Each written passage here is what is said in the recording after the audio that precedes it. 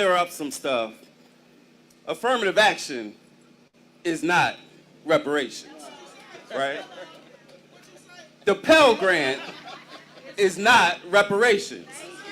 Social Security, right, which we don't even get the benefit from, not even historically when they defined Social Security so that we wouldn't get it, leaving out agricultural workers and domestic workers, and now trying to decrease the age to a point where we who have a lower life expectancy wouldn't get any benefits. Social Security is not reparations, right? An apology is necessary, but it is not reparations. Juneteenth being a holiday is important. It's important, right? No. It is important because it's important that we define the holy days of a country and of a history by acknowledging, right, that true history. That is important. But as I'm sure the Congresswoman would agree, it is not reparations, right? And so as Brother Malcolm, all that is good.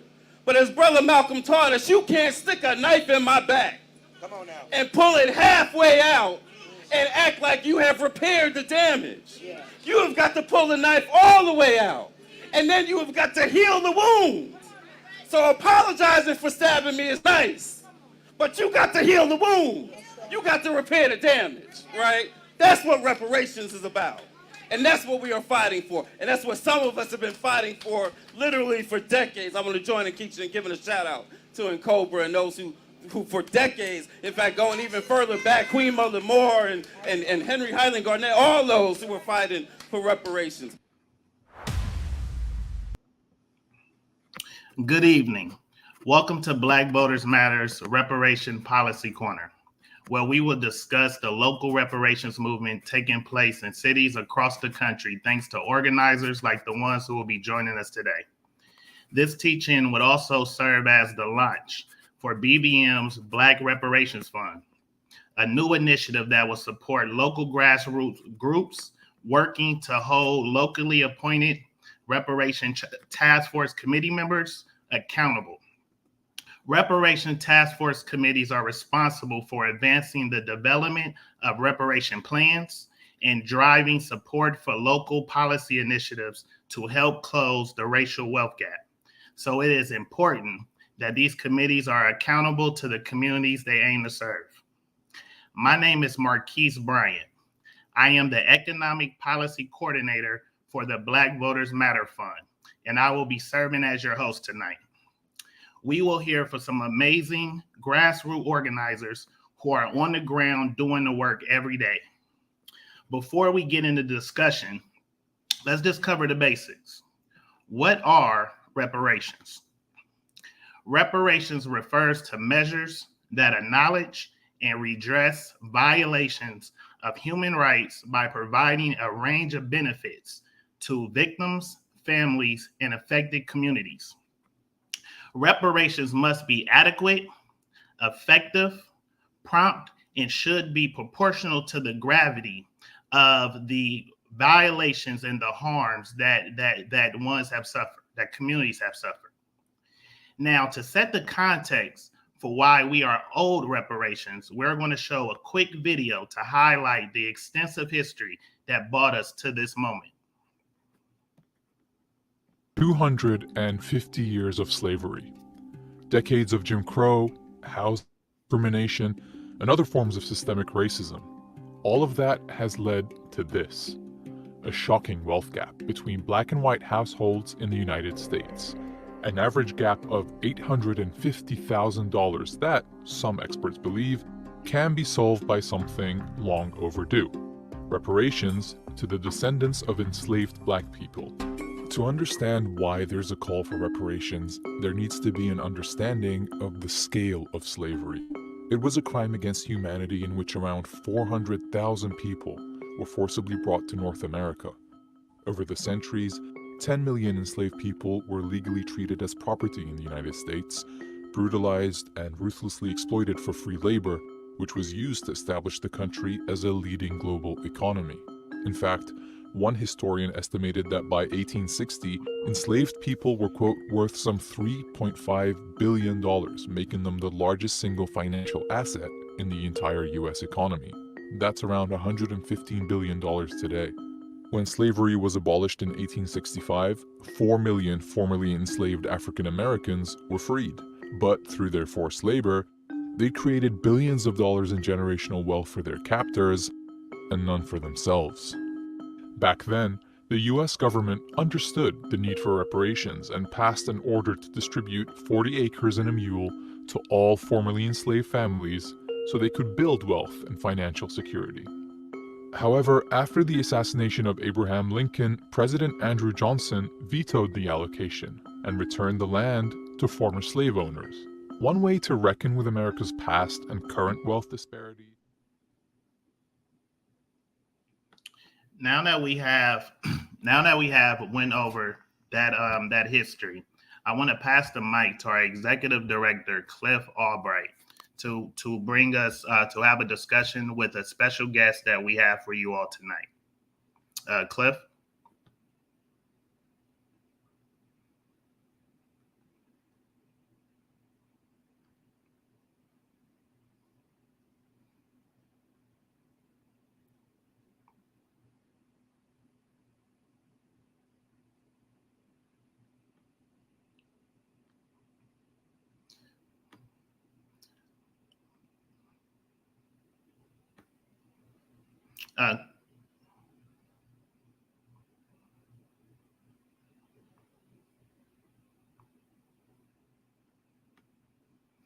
Yes, Cliff, we can't hear you at the moment. So we're going to give Brother We're doing Cliff a policy corner on reparations. We've actually,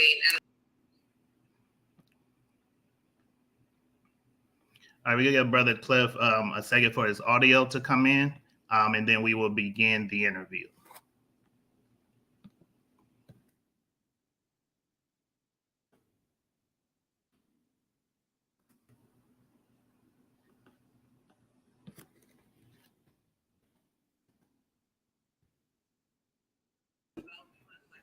Okay, and we're back.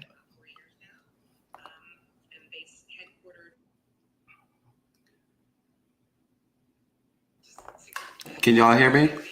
Yes, we can. Yeah, we can hear you. Okay, great. I wasn't expecting that for another 8 minutes or so, but hey, everybody, so glad to be on for this important conversation that we're having tonight about reparations, about our new Black Reparations Fund. We are so excited about this work that we are about to launch. Thank you, Marquise, for that introduction. Again, I'm Cliff Albright, co-founder, executive director of Black Voters Matter Fund. And to get us started tonight, we got a great conversation later on with some folks that are working on reparations at the local level. But to help us set the stage, there's probably nobody else I'd rather have this conversation with, any conversation about reparations, than none other than my own friend, sister comrade, and Nkechi Taifa, who anybody who is looked into the history of work around reparations is very familiar with, going back to her work in reparations now, and her work with our elder, our ancestor, Baba Shokwe Lumumba, and others, and continuing through her more recent book, which we're going to talk about in just a minute. But again, I'm so glad, so pleased to be joined in this discussion by my friend and sister, Nkechi Taifa. Nkechi, how you doing? I'm doing wonderful, Cliff, and I am pumped up with the new initiative that Black Voters Matter is about to launch. Hey, I'm doing great, and good to see you again so soon.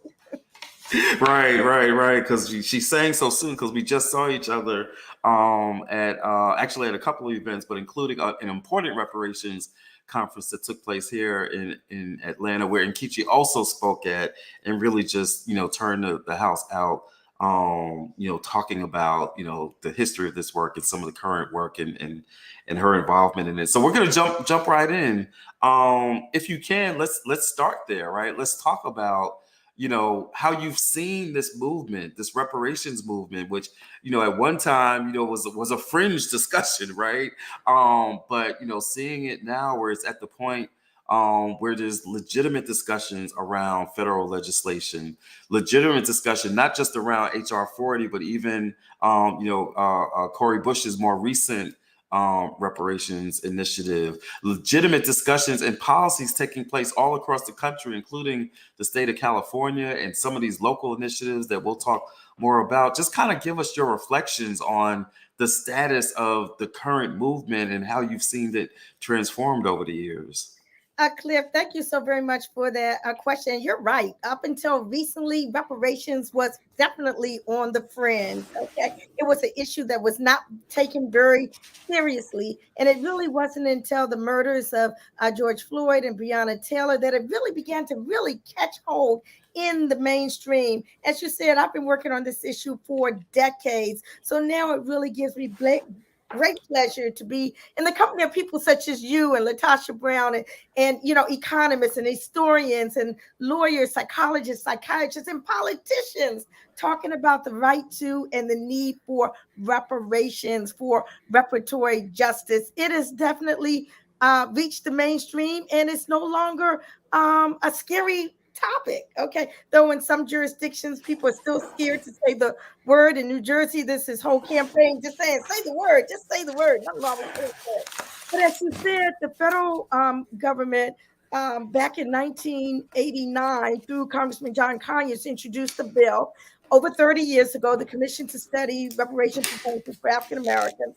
Several years ago, after the retirement of John Conyers, Congresswoman Sheila Jackson Lee took up the reins, and now the bill not only is just a commission to study the issue, but to make actual recommendations as well. The bill has more co-sponsors than it ever has had. It achieved an historic hearing in the Judiciary Committee, and it was voted out of committee just waiting for action on the floor.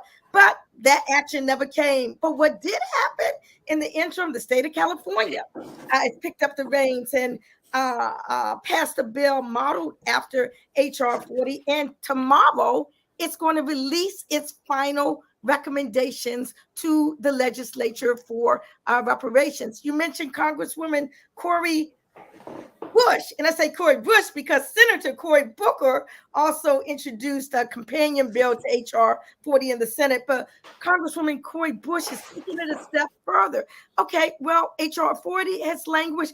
We're going to actually put some proposals on the table, on the federal policy table, and so she introduced a very comprehensive bill, again, acknowledging support for the bill that's already there, HR 40, but taking it a step further. And states and cities, academic institutions, religious institutions, corporations across the country are establishing commissions and task forces and looking in their own backyards and seeking remedy, seeking amends.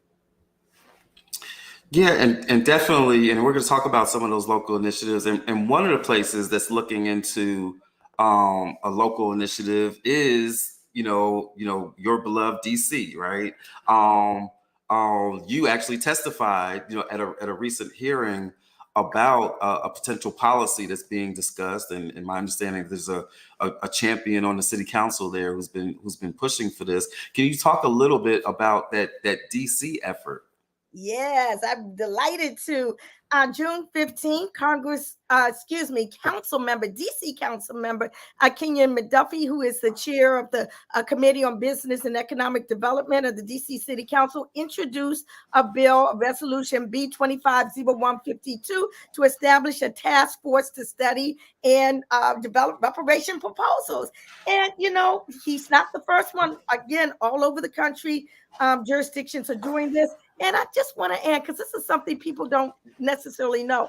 What is happening right here today, Cliff, didn't just drop from the sky. It is the result of seeds that were planted over 30 years ago. DC City Council passed a resolution supporting HR 40 back in 1990. Cities up and down the California countryside passed resolutions before the turn of the century in support of HR 540. Evanston, Illinois passed a resolution in 2001 that supported HR 40. So what is happening today is building upon those measures from yesterday and taking it a step further, not just supporting a bill to study the commission, but actually looking in each jurisdiction's own backyard, looking at the harms and the injuries that particular state or city was dealing with and seeking amends. So again, nothing drops from the sky. We all stand on the shoulders of those who came before us. And that's such an important point, because you got some people that might say, well, why even pursue these local examples, right? Like the country did us wrong, and the country owes us reparations, and this local stuff is just a distraction. In your mind, like how do these various local efforts feed into a national movement for federal policy around reparations? So let me just say that the culprits, the initiators, the colonizers were vast. It wasn't just the federal government. It was the federal government, the state government, local governments. It was academic institutions, religious institutions, corporations, industries, private estates. I always say that the harms from the enslavement era and beyond were multifaceted. Thus, the remedies must be multifaceted as well. The players were multifaceted as well. But what's happening on the local level, Cliff, is so very important because it helps to provide cover for a national policy. Okay, once people in Congress see that this is popping all over the country, that people who put them in office want this to happen on a local level, then that gives them cover to support it and pass a bill on the federal level, as well. So it's not just one entity. It's not just one culpable party. It's not just one injury, and it's not just limited to the enslavement era. We talk about reparations, reparatory justice for the enslavement era, and its continuing vestiges and living legacies that last all the way down through today, whether we're talking about the sharecropping or the black codes, or whether we're talking about the lynchings or the gerrymandering, whether we're talking about the mass incarceration, the health disparities, the educational inequities, the lack of the right to self-determination. All of these are issues that need to be remedied and that need to be amends for.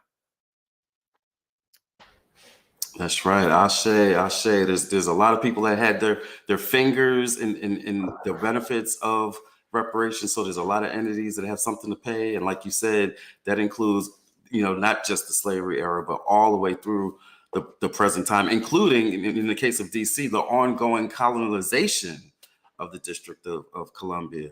So definitely Ashe to that. Just two last questions that I have for you. One is, you talk about a lot of these issues, of course, and you're not just a one-time author. You're a multi, a multiple author of several books, including Reparations on Fire. And I think that we have a link and maybe even a graphic of the book. We're going to put the link in the chat. But talk to us a little bit about Reparations on Fire. Yes, thank you. Reparations on Fire is my newest book. It's part textbook, it's part revolutionary manifesto.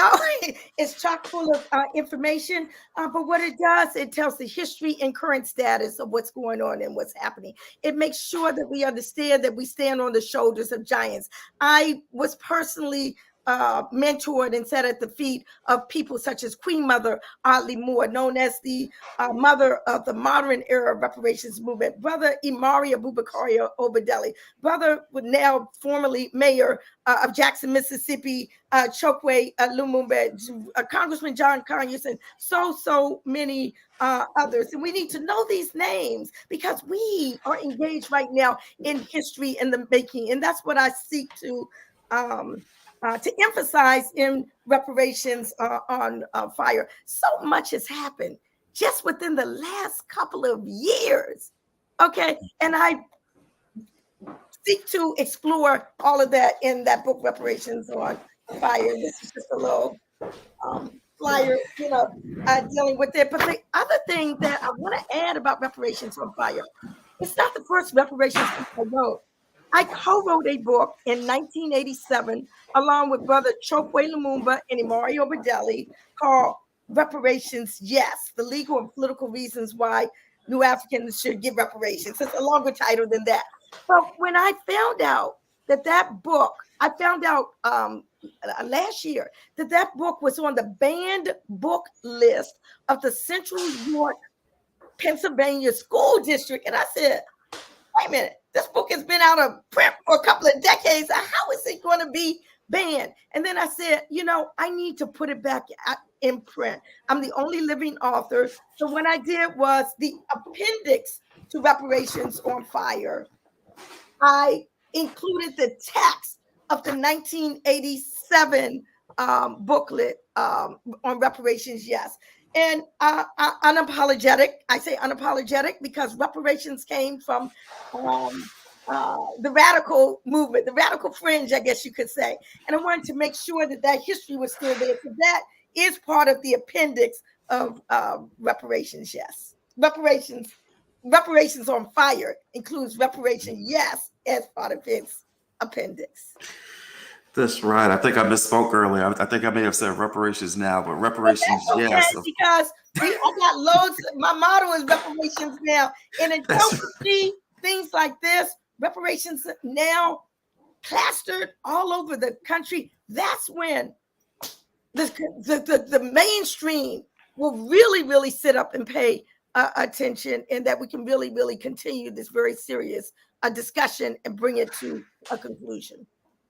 Yes, and that's really what we're hoping will be part of what comes out of this fund that we're creating and that we're going to talk more about in a minute, is that we're helping to facilitate making this be a part of the regular discussions going on in communities, across the country, in particular in 2 or 3 where we'll be doing an investment of resources to help broaden the conversations, to pull more people into the discussion around how these policies are being developed, how these task force are being developed. And so definitely we're so thankful for the work that you've done.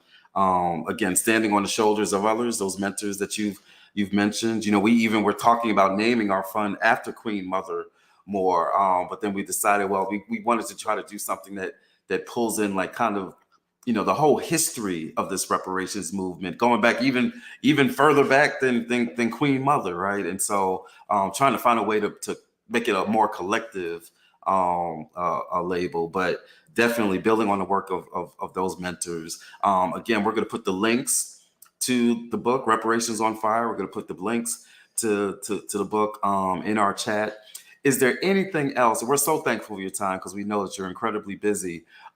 Is there anything else about this reparations struggle, this reparations movement, this moment that we're in right now? Like, what is it that you want to make sure that folks watching this hear from you?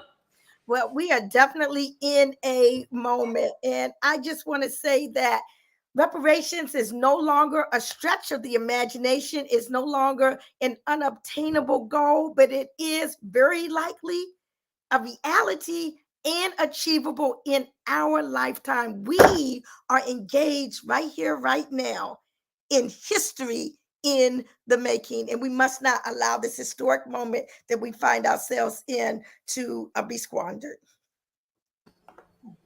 All right, y'all heard it. And Kichi Taifa, thank you so much for joining us. It really means the world that we're able to hear your voice on these issues and to be able to talk about the book and just talk about your perspective on where this movement's at and where it's going. So thank you so much again, and Kichi Taifa, y'all. Thank you, Cliff. Love you all. All right, love you right back, sis.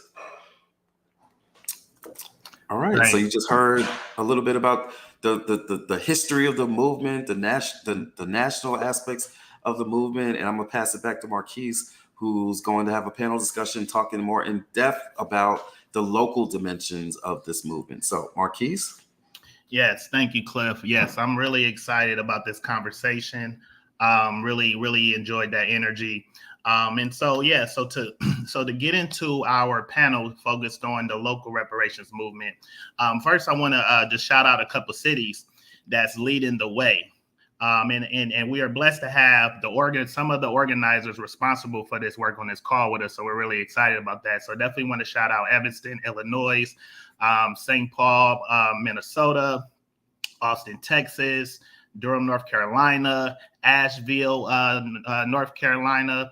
We have some folks from Boston, Massachusetts with us. Definitely want to shout out the state of California. That's my home state. Shout out the state of New York, San Francisco. So as you all can see, nationally, there's a lot of momentum building around reparations. And so now we want to get on the ground and talk to the folks that's really responsible for building a lot of this momentum. So I want to introduce my panelists.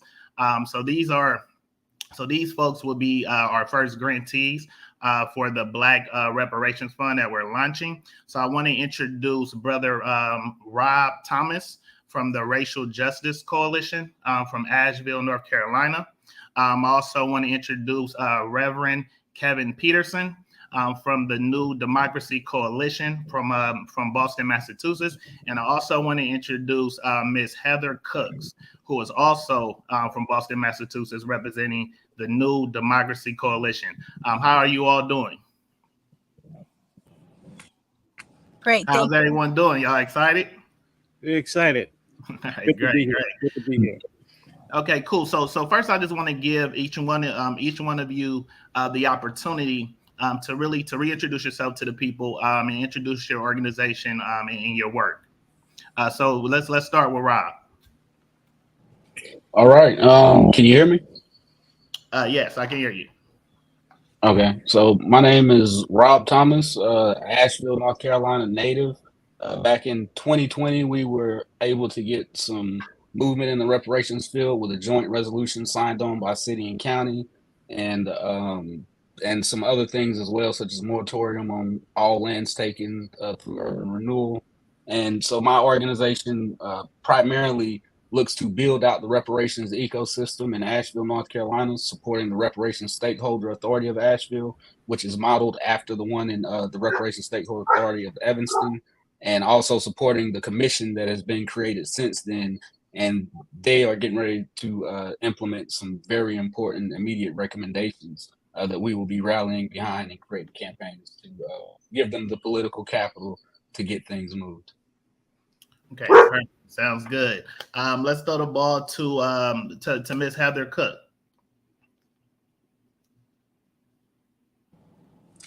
Good evening. Thank you so much for having us. My name is Heather Cook. I'm from Boston, Massachusetts. I am with New Democracy Coalition.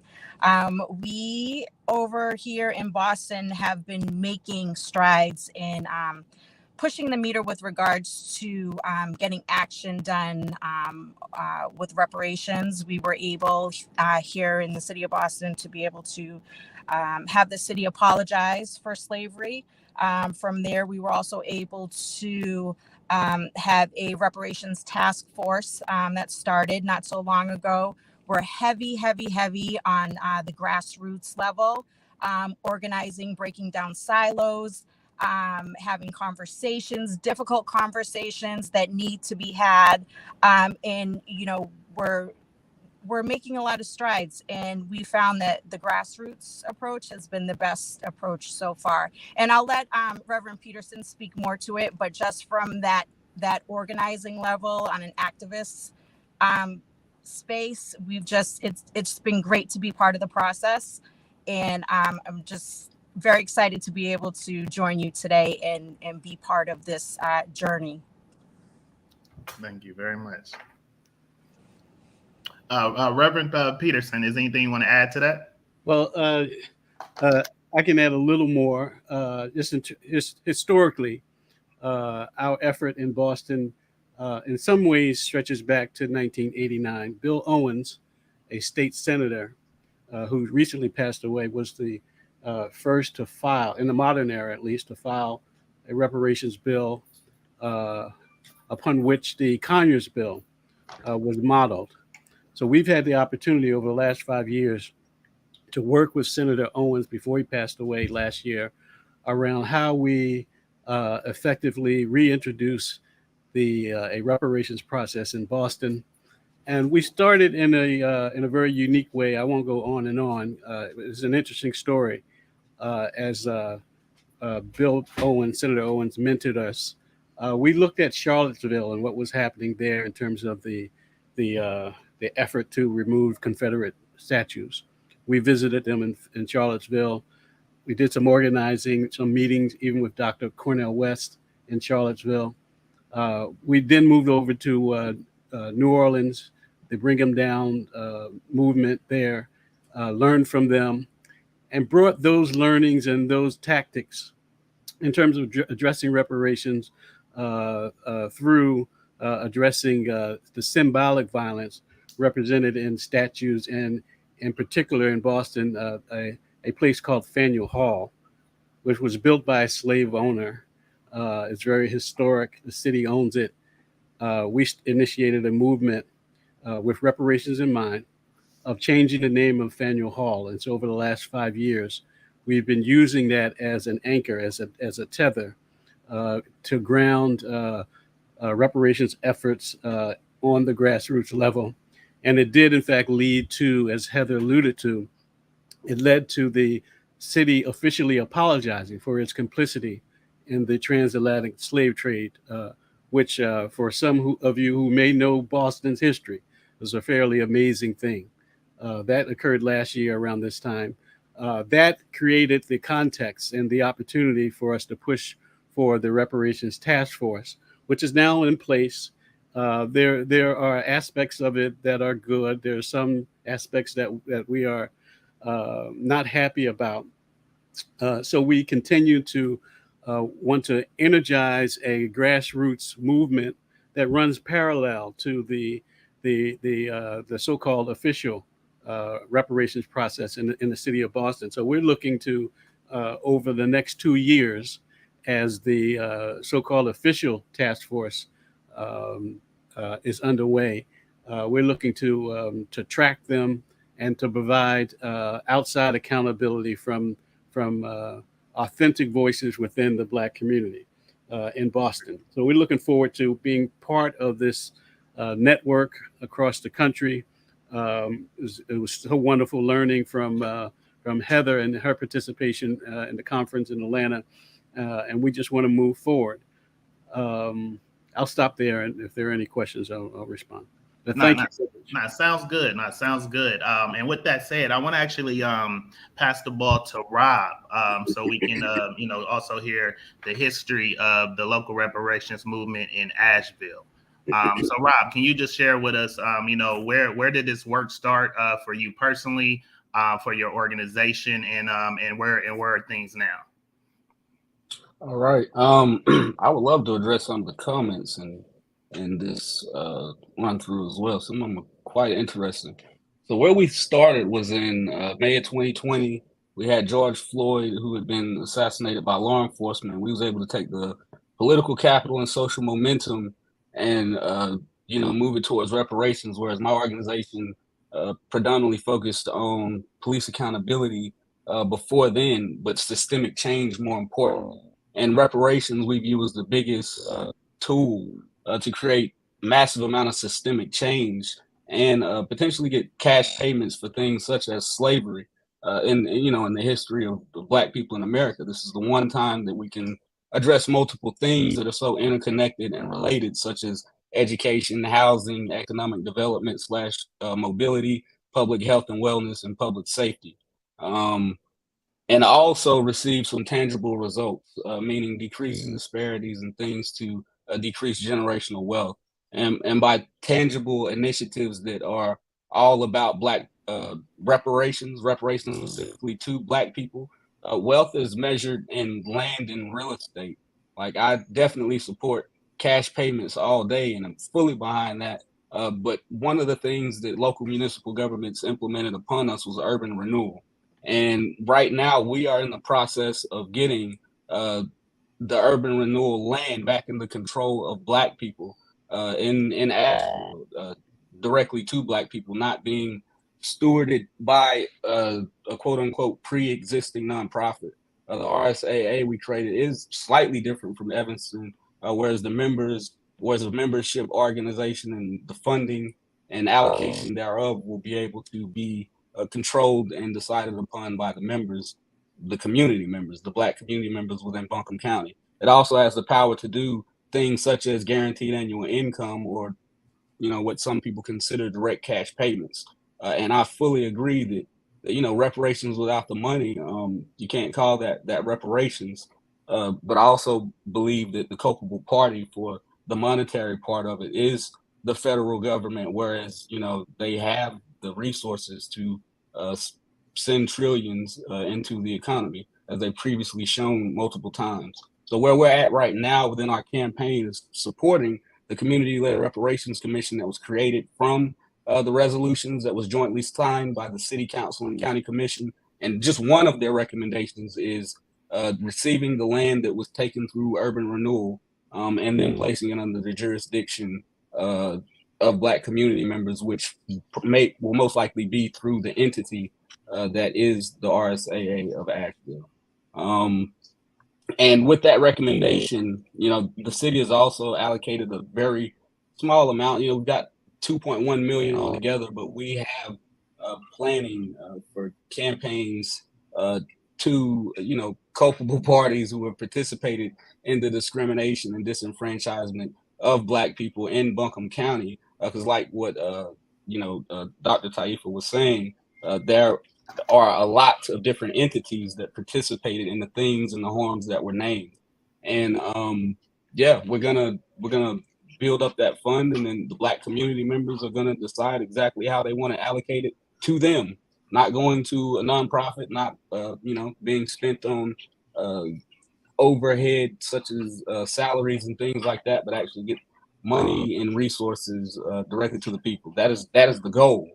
We are not there yet, but that is what we're working toward. I want to strongly advise against just listening into the media and thinking what's going on in Asheville, because the media doesn't report anything. The media doesn't report the battles. They don't report the behind the scenes conversations, and they only report what they see as big ticket items.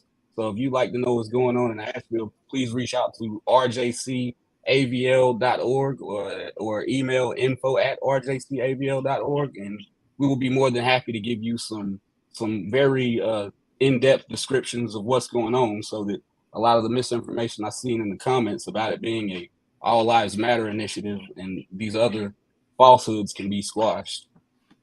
That's now.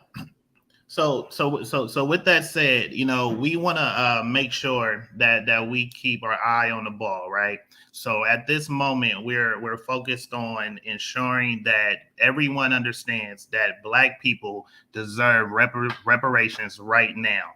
Now, in order for us to get that done, we have to actually engage Black people, right, in our communities. And so my question to you all is what are the type of approaches and strategies that are needed to engage the broader community around the local reparation efforts in your city? And I would like to hear from each one of you all. So I'm going to pass the ball to Reverend Peterson. We are on some level at the beginning stages of initiating a strategy, tactics, again, that will mirror the so-called official task force in Boston. Our intention is to inaugurate grassroots activities, creating a people's assemblies that operate in various Black neighborhoods across the city, allow them the opportunity to be innovative and creative around how to best articulate, educate around the issue of reparations, talking not only about any symbolic stuff, which is important, but talking about the reality of cash allocations based on historic wrongs suffered in Boston. So our intention is to build up a strategy that engages the imagination and the creativity of Black folks on the ground. We are connected with the Africana Studies Department at UMass Boston. Some may know that that's one of the more radical Africana Studies departments in the nation. It was among one of the first.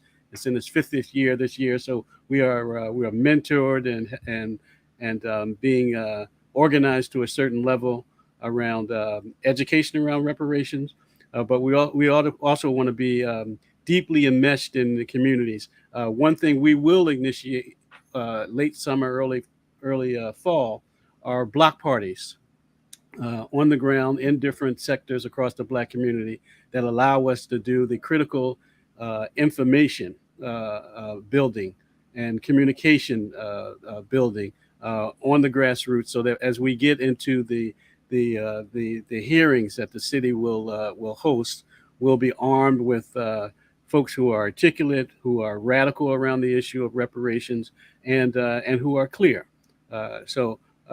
We intend to move into complicated and grassroots efforts around building upon the apology, building upon the success in creating the task force, and moving forward towards education, so that we get to have very substantive conversations around the issue. Okay, sounds good. Sounds good. I'm going to pass the ball to Miss Heather, just in case if she wanted to add to that. Is there any thoughts you want to share in regards to strategies and approaches in engaging the broader community around the local reparation effort in your city? Yes, absolutely. So with regards to the strategy piece, just to kind of piggyback on what Reverend Peterson was speaking to, our strategy, obviously, the best approach has been the grassroots approach, engaging the residents of our community, the Black and Brown residents of our community, normalizing having difficult conversations and empowering people to make them, understand that they have the right to ask these questions, and not only to ask questions, but to also demand some type of accountability as well. Part of those conversations also consist of, like, how do we quantify what reparations actually is? Is it scaled? Having those types of conversations. And then when, people are educated and they understand the historical piece and where they come from and how they're actually their ancestors' wildest dreams, that really starts to empower people and really engages them and, gets them really thinking and wanting to be more part of the process, and then also want to be part of the solution, because that's what we're really aiming for. So with regards to just kind of like the short of the long, our strategy is to engage, empower, educate, and, get to the solution. Yeah, one of the more horrific metrics in Boston in 2023 is that the net worth of the average white family in Boston is about $250,000, compared to the net worth of the average Black family, which is $8. 1, 2, 3, 4, 5, 6, 7, 8. One opportunity we have in terms of the community education, the grassroots education, is looking at that dichotomy, connecting it to historic wrongs, connecting it then to deliberation in terms of where we are as a Black community in terms of the harm done, and then using that metric. And there are many other more. There are health disparities. A Black person in Boston dies 10 years younger than a white person. So there are a whole bunch of things. We catch hell in Boston, right? Around which we can attach the whole reparations narrative too. But we're looking at local problems that are happening in real time, and then connecting them backwards, and then connecting them towards substantive reparations policy. And part of our strategy, our tactic, is to learn from the other cities, such as Asheville. I came to Asheville about a year or so ago looking for folks, but couldn't connect. But want to learn from our brother in Asheville and the other areas across the country in terms of what they're doing. So kudos to Cliff and Marquise, who planned the event in Atlanta some time ago, a couple weeks ago, around convening. We hope to use this process not only as a way of supplementing what we're doing around the metrics in Boston and making those historical connections, but learning from our peers across the country. Great. And just a quick clarification. So we were able, Black Voters Matter, we was able to bring our grantees to attend the Light, Align, and Arise conference, which was put on by the Decolonizing Wealth Yes. Project. Yeah. Sorry. But no need for any apologies. But to your point, our intention of doing that was to connect folks across cities, right? So folks can share best practices, and then also just give each other moral support, because we know that this work is not easy. And so with that said, I want to pass the ball to Rob, so we can hear his perspective on what type of strategies and approaches are needed to engage the broader community in these conversations. Yes.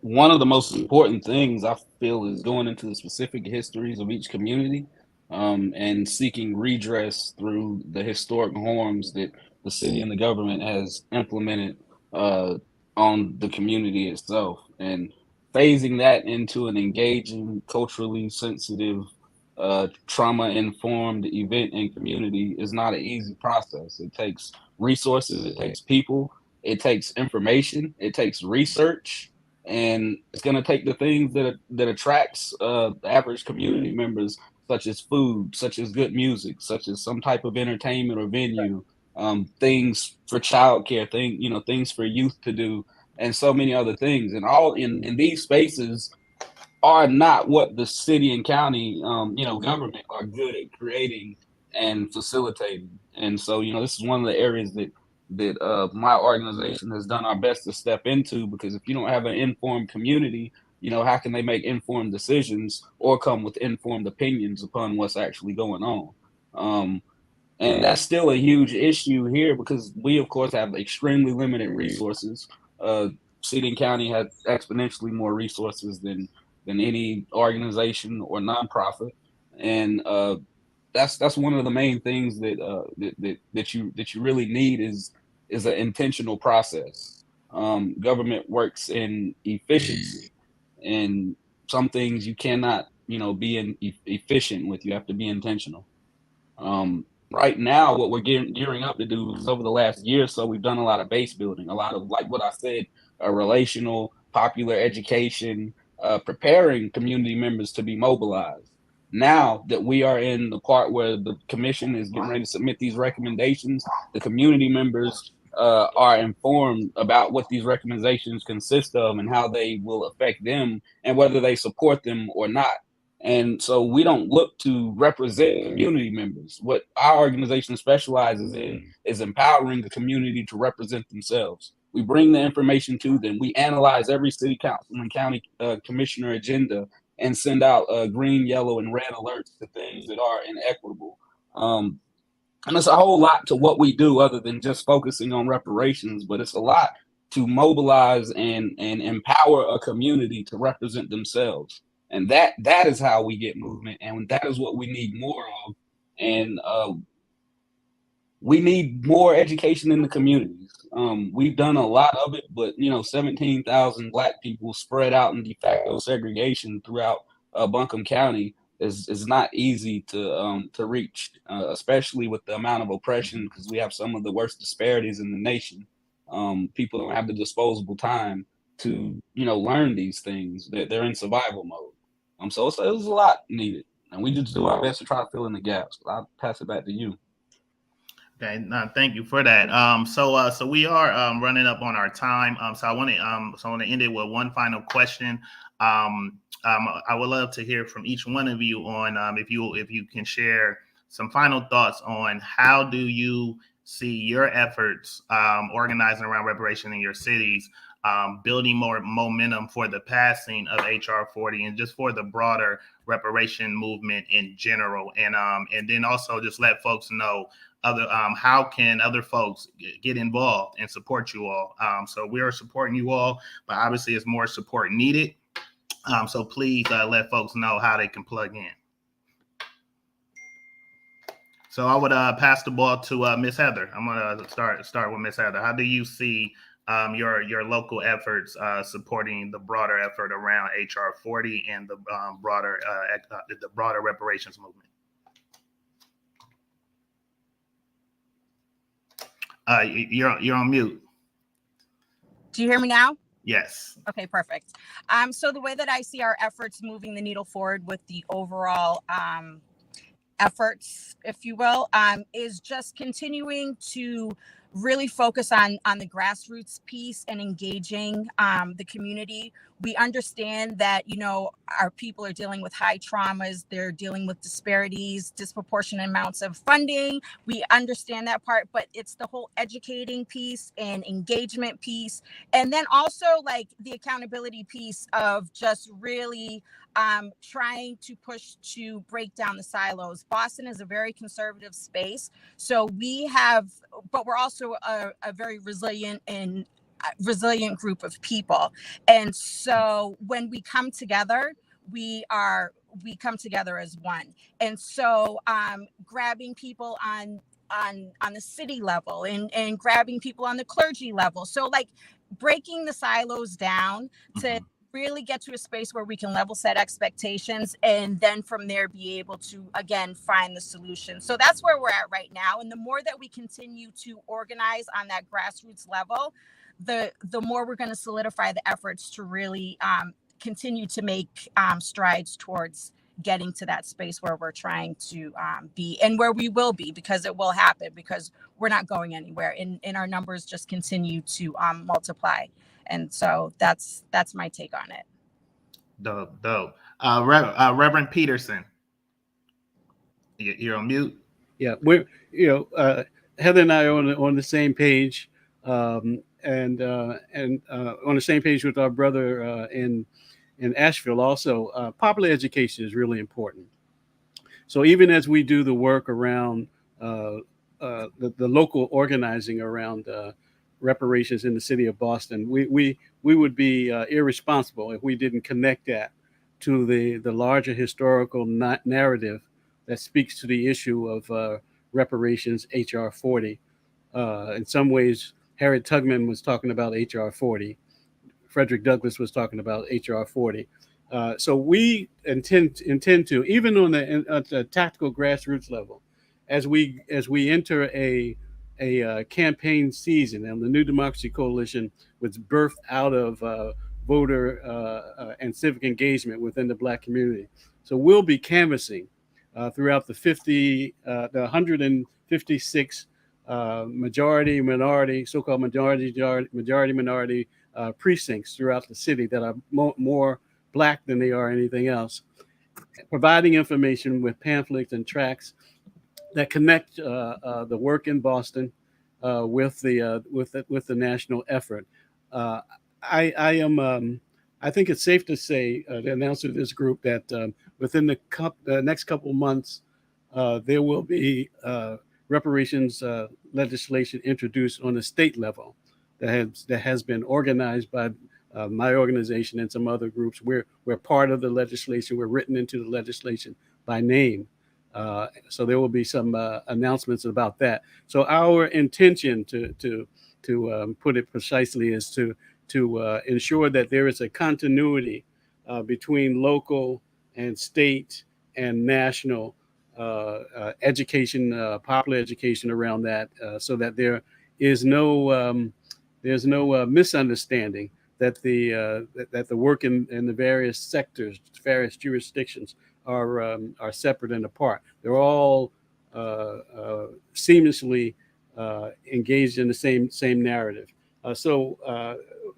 Other things will come up. I hate to go into a process without engaging with people and pulling from them their imagination, their creativity around how to strategize and engage in tactics. So as we put these people's assemblies together, and as we do these reparations block parties over the summer and the fall, more stuff will come in terms of how to educate and then mobilize our communities on the local Boston level, state level, and the national level. Perfect. Brother Rob, bring us home after your comment. We'll be wrapping up. But yeah, let us know. How do you see your efforts connecting to the national efforts? And then also, how can folks support your work? I really can't add a whole lot to what Dr. Nkechi Taifa said. You know, where it provides political capital, and with one thing I could add is we're kind of seeing in a microcosm some of the things that could come up in the federal level, such as needing political capital to advance some things that may come about through the federal reparations process. Yeah, it's I feel like it's a very complex situation to understand all the ripple effects of how it affects the federal movement, but honestly don't feel like I could add a whole lot to what Dr. Taifa stated.